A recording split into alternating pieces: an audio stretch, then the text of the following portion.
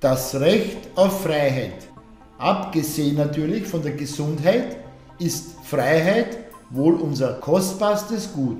Freiheit und Unabhängigkeit. Das eine bedingt das andere.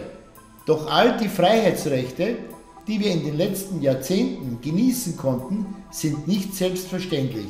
Denn all diese Rechte mussten von unseren Vorfahren hart erkämpft werden.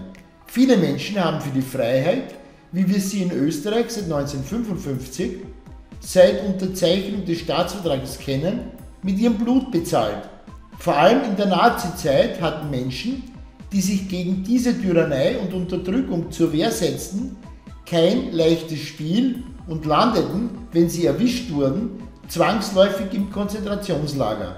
Doch gerade weil dieser Drang nach Freiheit zu den wohl stärksten Sehnsüchten der Menschen gehört, haben Freiheitskämpfer immer wieder ihr Leben aufs Spiel gesetzt, damit wir ab 1955 dieses kostbare Gut der Freiheit auch tatsächlich erleben konnten. Doch alles, was wir immer haben, was immer da ist, wird mit der Zeit selbstverständlich. Während nach der Unterzeichnung des Staatsvertrages ein Jubel durchs ganze Land ging, die Menschen nach 5 Jahren Austrofaschismus, 7 Jahre Nazidiktatur sowie 10 Jahren Besatzungszeit endlich wieder frei waren, wurde diese neu gewonnene Freiheit für viele Menschen bald zur Gewohnheit und damit zur Selbstverständlichkeit.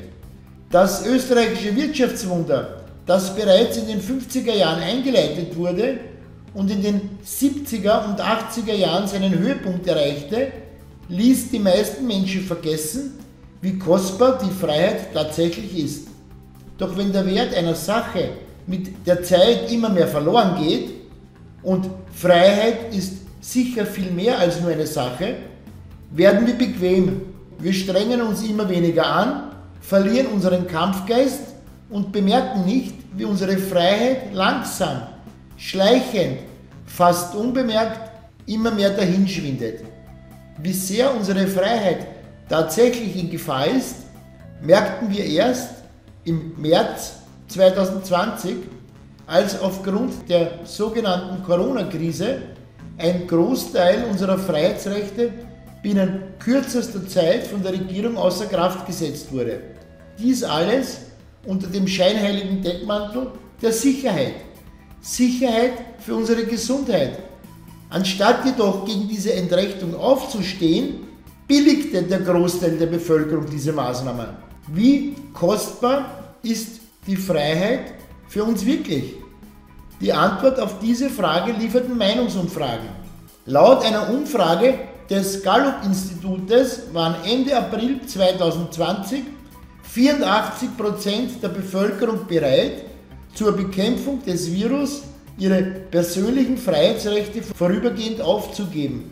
Mitte März waren es sogar rund 95%. Ich weiß nicht, wie es euch, liebe Zuseher bzw. Zuhörer, bei solchen Umfrageergebnissen geht. Ich war jedenfalls fassungslos. Vielleicht kennt ihr ja den Spruch, wer aber bereit ist, seine Freiheit zu opfern, um Sicherheit zu gewinnen, wird am Ende beides verlieren.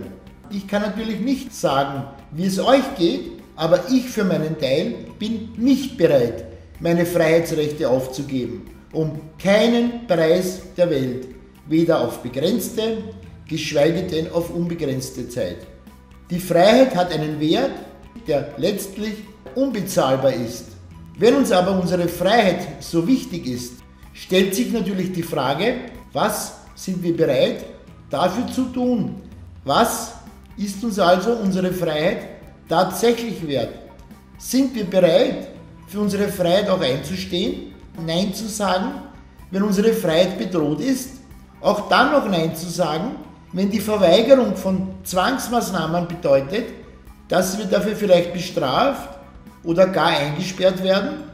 Bleiben wir aufgrund unserer Liebe zur Freiheit standhaft oder fügen wir uns lieber den Anordnungen, wie sinnlos und schwachsinnig diese auch sein mögen? Leisten wir, so wie Mahatma Gandhi, gewaltlosen Widerstand und zivilen Ungehorsam oder verstecken und ducken wir uns lieber? Einfach weil unsere Angst oder unsere Feigheit stärker ist als unsere Liebe zur Freiheit?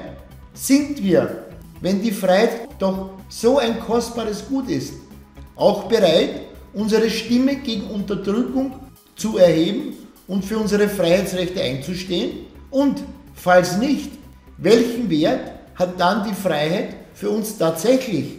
Und vor allem, wenn wir nicht für unsere Freiheitsrechte einstehen, haben wir dann tatsächlich noch ein Recht auf Freiheit? Was meint ihr? Einen schönen Tag noch und viel Kraft in dieser schwierigen Zeit wünscht euch Walter vom YouTube-Kanal Das Recht auf Wahrheit.